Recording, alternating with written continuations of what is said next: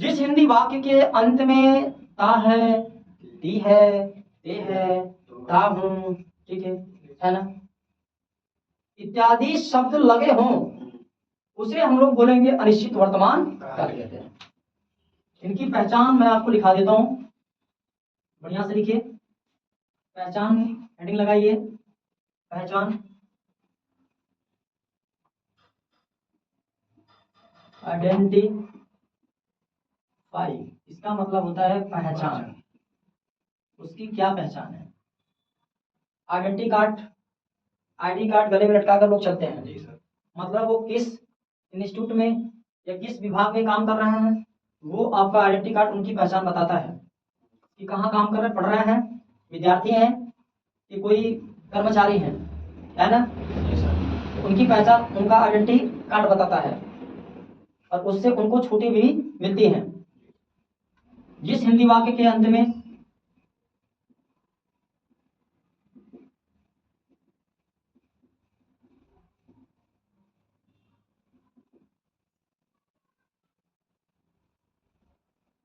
का है, ती है, ते हैं, ता हूं इत्यादि शब्द लगे रहते हैं उसे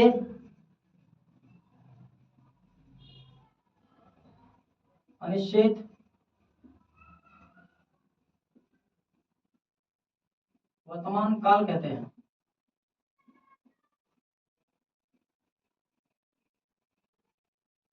चीजों को बढ़िया से समझिए, ठीक है।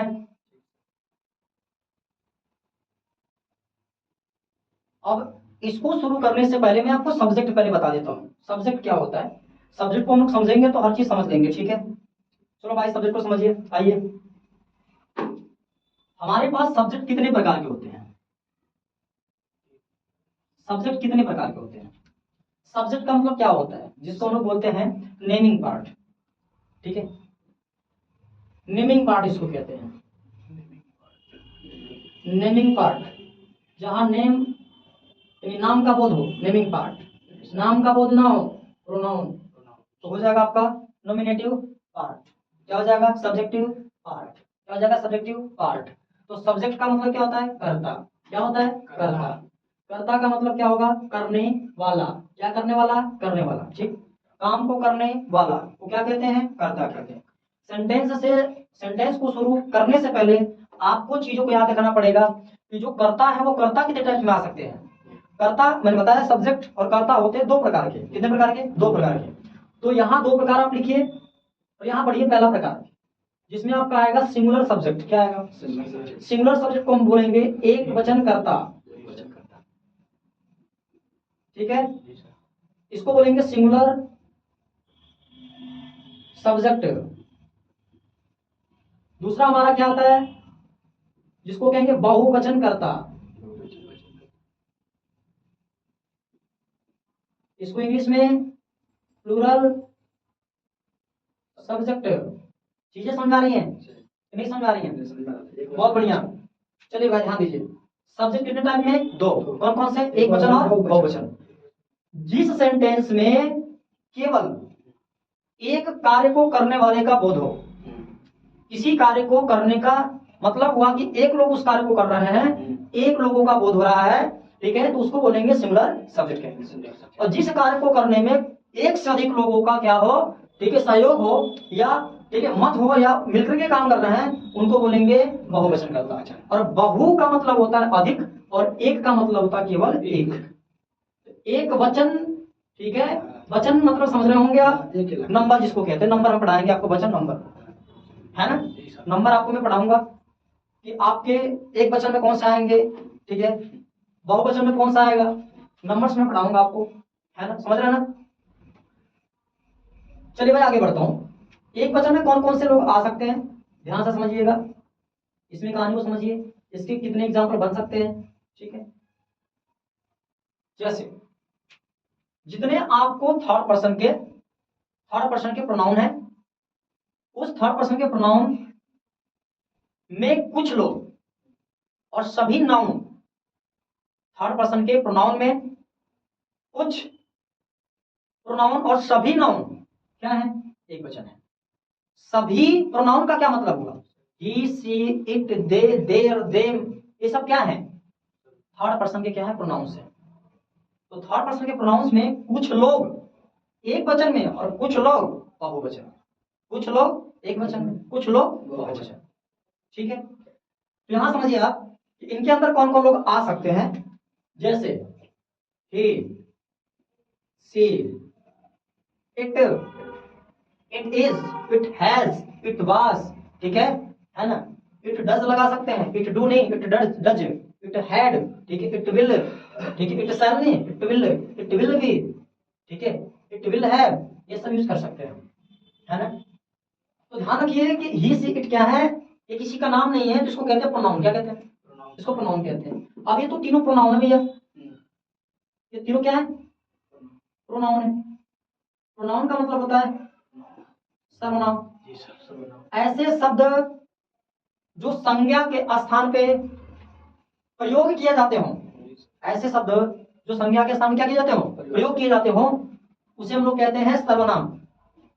समझ रहे हैं, सभी सभी सभी सभी संज्ञा के स्थान पे प्रयोग किए जाने वाले शब्द को सर्वनाम कहा जाता है। ये सर्वनाम मैं आपको 10 टाइम में पढ़ाया था, बट अभी अंदर नहीं जाऊंगा। अभी इसकी एग्जांपल और लेता हूं मैं, जैसे राम, सीता, अमन, आर्य, शिवम, प्रियांशु। ये जो नाम आपका आ रहा है बेटा, ये नाम आपके क्या है बताइए मुझे, ये नाम आपके क्या दिख रहे हैं बताइए मुझे जल्दी, नाम आपके क्या है, ये नाम आपके नाउन है। नाउन मतलब क्या होता है, संज्ञा होता है। अब मुझे आप लोग बताइए ढंग से, एक वचनकर्ता के अंदर कौन कौन से लोग आ सकते हैं। ये बंदा आ रहा है और ये बंदा आ रहा है, ठीक है। कुछ प्रोनाउंस आ रहे हैं और कुछ नाउन। नाउन का मतलब जितने नाउन है सब आ जाए, सब आ जाए। लेकिन ध्यान रखिएगा, नाउन का मतलब ये चीज नहीं कि आप कितने लोग ले रहे हैं। अब मैं बोलूं कि सर आप बताओ, बॉय की बात कर रहा हूं, नाउन है या प्रोनाउन है, मैं बोलूंगा कि नाउन है। यदि मैं यहीं पे इनको इसमें डाल दूंगा सिंगुलर सब्जेक्ट के अंदर, अब इसको यदि मैं बोल दूं कि बॉयज, क्या ये सिंगुलर के अंदर आएगा, नहीं आएगा। यहाँ पे बॉय का मतलब एक लड़का और बॉयज मतलब बहुत सारे लड़के, तो बहुत सारे लड़के जैसे ही होंगे इसमें चला जाएगा, तो हमको मेन टॉपिक को समझना है कि मैंने ये बोला कि आपको कुछ आपके जो प्रोनाउंस है वो आपके आने सिंगुलर सब्जेक्ट के अंतर्गत, और सभी नाउन इसके अंदर आएगा, बट जो प्लूरल वाला होगा वो उसके अंदर जाएगा। एक से ज्यादा जो लोग होंगे वो किसके अंदर जाएगा, उसके अंदर जाएगा, इस वाले में। अब इसका मतलब समझिए, इसमें कितने लोग आपको मिलेंगे एग्जाम्पल में, जैसे यो, दे, वी, अवर। अवर के साथ ध्यान रखिएगा, हम लोग आर का यूज नहीं करते, अवर इज माई कंट्री, ठीक है, इसका यूज करते हैं। हमको ध्यान रखना है, इनको हटाइए और आगे बढ़िए। जैसे बॉयज है ना, हम ले सकते हैं, ई को मैंने ले लिया, सी को, इट को ले लिया। आप ले लीजिए, जैसे आप ले रहे हैं क्रो को, तो क्रोज कर लो, क्या बहुत ज्यादा, गर्ल्स कर लो आप। ये किसके अंदर आ रहा है बताइए आप, ये सभी क्या है, ये लोग क्या है बताइए मुझे, जिस पे टिक लगा हूं, ये सभी लोग क्या है बताओ, टिक जिस पे लगा हूं, जिस पे मैंने टिक लगाया है वो आपके प्रोनाउन है, जिस पे मैंने टिक नहीं लगाया है वो क्या है, वो नाउन है। जिस पे मैंने टिक नहीं लगाया, सर्कल किया है, वो क्या है बेटा, ये तीनों लोग क्या है बताइए मुझे, नाउन। इसके अंदर और एग्जांपल आ सकता है प्लूरल सब्जेक्ट के अंदर, आई, आई, आई कौन है बताइए मुझे, आई का स्पेशलिटी में क्वेश्चन लेता हूं पहले, आई कौन है, आई, लोग बोलते हैं कि आई तो सिंगुलर है सर, आई मतलब मैं, है? लेकिन आई सिंगुलर नहीं है। आई कौन है, आई है प्लूरल, क्या है, प्लूरल है, प्लूरल सब्जेक्ट। चीजें समझ में आएगी नहीं, पर्सन के बारे में समझिए पहले, उसके बाद स्टार्ट करो। भले से आज स्टार्ट आप करना हो, लेकिन फिर भी पहले चीजों को समझिए। मैं इसलिए चीजों को तोड़ रहा हूँ, क्यों तोड़ रहा हूँ आप समझ रहे होंगे। मैं चीजों को तोड़ के आपको बताऊंगा, चीज जो समझ में आ जाएगी, फिर उसके बाद तो सारी टॉपिक मक्खन लगने वाली है। पर्सन को समझिए भाई, पर्सन के अंदर कौन कौन आता है। मैंने बोला कि पर्सन कौन है भैया, पर्सन कौन है भैया? आ जाओ भाई। पर्सन, पर्सन मतलब क्या होता है बेटा? पर्सन मतलब होता है व्यक्ति हो। क्या होता है? व्यक्ति हो। व्यक्ति। पर्सन मतलब क्या होता है? व्यक्ति हो। पर्सन मतलब व्यक्ति हो, ठीक है। इसके अंदर कितने पर्सन आएंगे? तीन पर्सन आएंगे। कितने पर्सन? तीन। ये चीज आप लोग पढ़े रहेंगे, फिर आगे आपको बनाने में दिक्कतें नहीं होंगी, इसलिए मैं पढ़ा रहा हूँ, ठीक है। फर्स्ट पर्सन आएगा सबसे पहले, सेकंड पर्सन, और ये आएगा थर्ड पर्सन, ठीक है। फर्स्ट प्रकार का बंदा, सेकंड प्रकार का बंदा और थर्ड प्रकार का बंदा, मतलब प्रथम प्रकार का व्यक्ति, द्वितीय प्रकार का व्यक्ति, तृतीय प्रकार का व्यक्ति, मतलब तीनों प्रकार के व्यक्ति किसके अंदर आएंगे? व्यक्तियों के अंदर आ जाएंगे। व्यक्तियों का मतलब वो बहुत सारे व्यक्ति, ठीक है। उस व्यक्तियों में आप औरत को भी ले सकते हैं और आदमी को भी ले सकते हैं। घोड़ा बैल को मत लीजिएगा, मैं ये नहीं बोल रहा हूँ घोड़ा बैल लीजिए। हाँ, इनके अंदर कौन कौन आ सकते हैं भाई? ध्यान रखिएगा। I, my, me, mine, we, our, us. मैंने बोला फर्स्ट पर्सन के अंतर्गत I, my, me, mine, we, our, us, etc। इतने लोग किसके अंदर आ रहे हैं बेटा? फर्स्ट। इनके अंतर्गत को लीजिए भैया। इनके अंतर्गत कौन कौन आता है?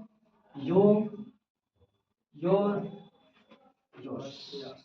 ये तीन लोग केवल आते हैं इनके अंतर्गत, मतलब सेकंड पर्सन के अंतर्गत आते हैं।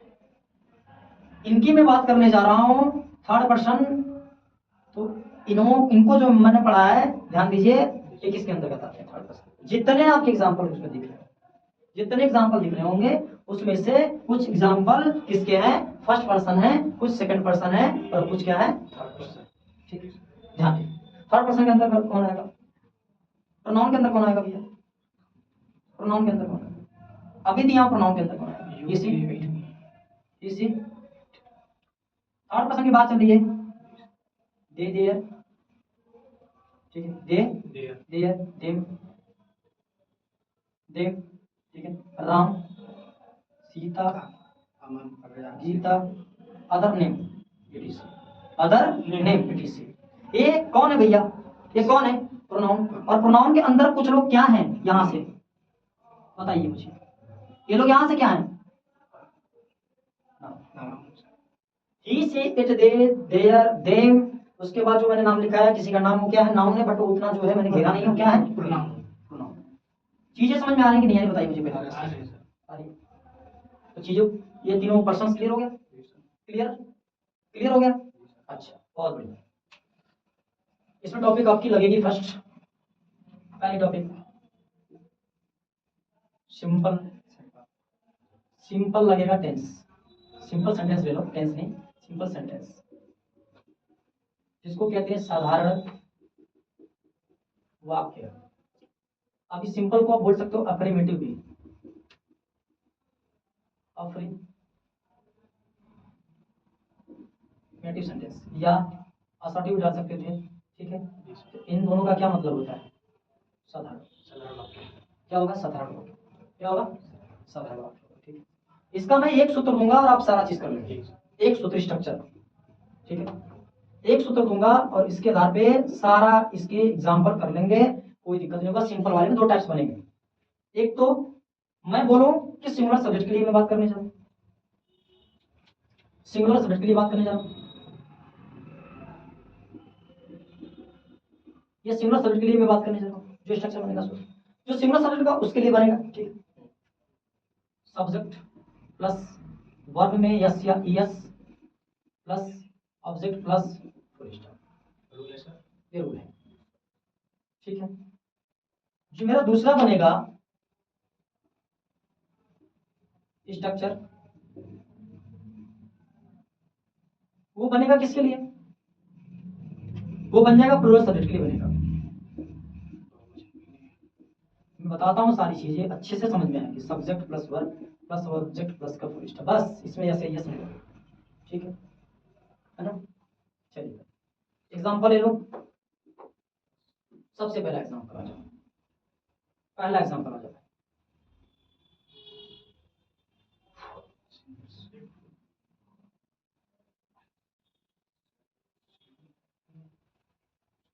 पहला एग्जाम्पल आ जाओ लो, चलिए ध्यान दीजिए। वह जाता है, सबसे पहले फिक्स करिए सब्जेक्ट कौन है, वर्ब कौन है, ऑब्जेक्ट कौन है, फुल स्टॉप कौन है। तो देखो बेटा ध्यान दो, ये सब्जेक्ट है, ये वर्ब है, ऑब्जेक्ट नहीं है, ये है, इसको कहते हैं पूर्ण विराम और इंग्लिश में कहते हैं फुल स्टॉप। इसको कहते हैं हिंदी में पूर्ण विराम और इंग्लिश में फुल स्टॉप कहते हैं। चीजें समझ आ रही है। वह की मीनिंग क्या होती है, वह जाता है यानी एक लड़का है, तो लड़के के लिए क्या लगेगा, ही लगेगा। इसको पकड़िए आप, पहले वाले को, सिंगुलर सब्जेक्ट है, सिंगुलर सब्जेक्ट के लिए लगेगा बेटा ये वाला स्ट्रक्चर। सब्जेक्ट के बाद क्या लगाइए, वर्ब। ये कौन सा काम कर रहा है, वह जाता है, तो जाने का काम गो है, तो गो हो रहा है, मैंने बोला था यस या यस हमें लगाना है। और यस कब लगेगा और यस कब लगेगा, कंडीशन तो बढ़ा गया। क्या कंडीशन, रोल नंबर फर्स्ट लिख देता हूँ, रूल की बात चलने जा रहा हूँ लेकर के। रोल नंबर फर्स्ट, ध्यान से ध्यान से, जब प्रेजेंट इंडेफिनिट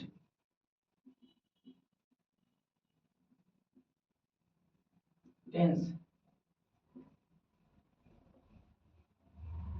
के सिंपल सेंटेंस, जब प्रेजेंट इंडेफिनिट के टेंस के सिंपल सेंटेंस का सब्जेक्ट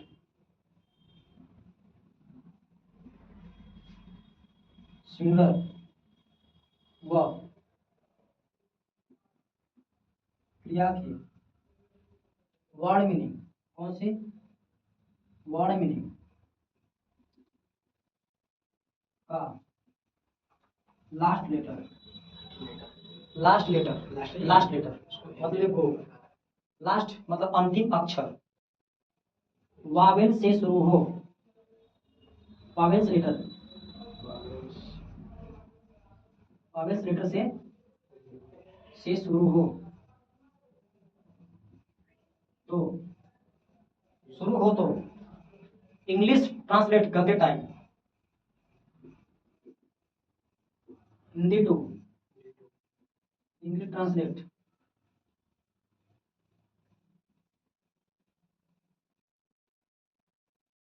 इधर लिख देता हूं, ठीक है। करते समय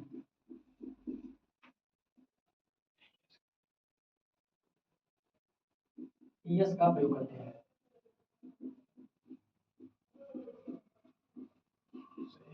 रूल नंबर 2, ठीक है।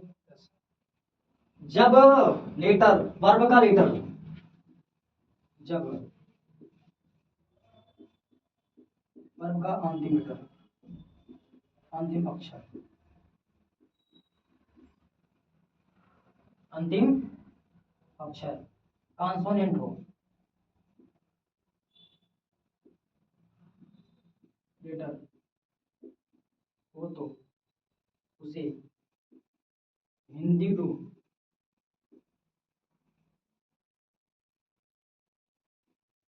इंग्लिश में बदलते समय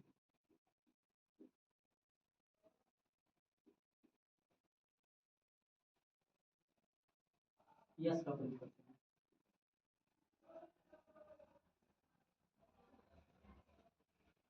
समझाता हूँ आपको, ठीक है, ध्यान से देखिए। जब प्रेजेंट इंडेफिनिट टेंस के simple sentence, present indefinite tense का सिंपल सेंटेंस ये हो जाता है, सिंपल एकदम, इसलिए मैंने सिंपल, ये भी सिंपल है और जो सेकंड वाले में वो भी सिंपल है। तो बस सिंगुलर सब्जेक्ट की बात कर रहा हूँ, सिंगुलर सब्जेक्ट, सब्जेक्ट सिंगुलर और क्रिया की वर्ड मीनिंग का last letter, last letter go, last letter go नहीं ओ, गो में O, last letter, last, last letters vowels letter से शुरू हो तो, मतलब शुरू का मतलब वहां से, लास्ट लेटर, ठीक है। अंतिम वाला है तो शुरू की जगह आप अंत भी कर सकते हैं कि आखिरी हो या अंत हो, वावेल्स लेटर से अंत हो, तो हिंदी टू इंग्लिश ट्रांसलेट करते समय यस का प्रयोग करते हैं। यहाँ पे जो आपको कंटिन्यू शुरू होता है उसको अंत भी करना लिख सकते हैं, कोई दिक्कत नहीं ना। तो हम क्या करेंगे, यहाँ पे क्या लगाएंगे बताइए, ओ है, क्या लगाएंगे, यस, यस यस, अभी लिखा हूँ यस, क्या लगाऊंगा, यस। अब उसके बाद सब्जेक्ट है, वर्ब है, ऑब्जेक्ट तो नहीं है, मतलब जा रहा हूं तो कहाँ जाता हूं मैं, नहीं पता है, तो नहीं नहीं पता है तो भाई ये तो खत्म हो गया, ये पता है मुझे। इगोज, इगोज, इगोज। अब इसी पे एक और बना रहा हूं मैं, जो फर्स्ट था ये सेकंड देखिए। मैं जाता हूं, मैं जाता हूं तो इसका क्या बनेगा, इसका क्या बनेगा, बनाइए जल्दी करिए, जल्दी करिए, क्या बनेगा इसका, आई को, सिंपल। अब देखिए प्लूरल सब्जेक्ट है तो प्लूरल के लिए ये वाला लगेगा, subject verb object full stop. Subject है ये तो आई इसका, ठीक है। फिर सब्जेक्ट के बाद वर्ब, मैं जाता हूं तो जाने का काम कर रहा हूं तो इसके द्वारा क्रिया ये है, यानी इसको वर्ब कहेंगे। ये सब्जेक्ट है, ये वर्ब है, ठीक है। तो सब्जेक्ट आई, वर्ब इसका क्या बनेगा, गो, जाना गो माना। वर्ब ऑब्जेक्ट तो नहीं है, फुल स्टॉप इसके लिए लगेगा, इसके लिए लगेगा यहाँ पे, आई गो। कोई दिक्कत? लास्ट क्वेश्चन, थर्ड्स, वह विद्यालय जाता है।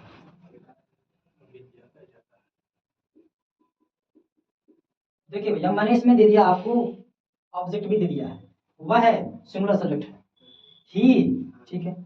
सिंगुलर में सब्जेक्ट वर्ब, वह क्या करता है, जाता है, जाना होता है, गो।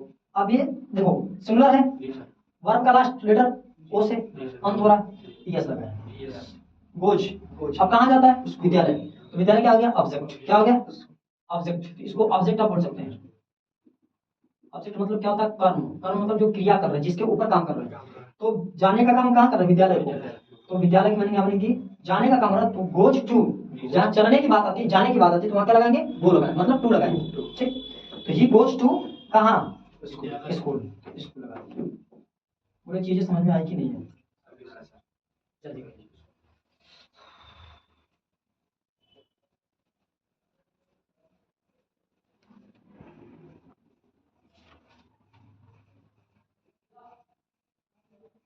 लेकिन ये बिल्कुल बेहतर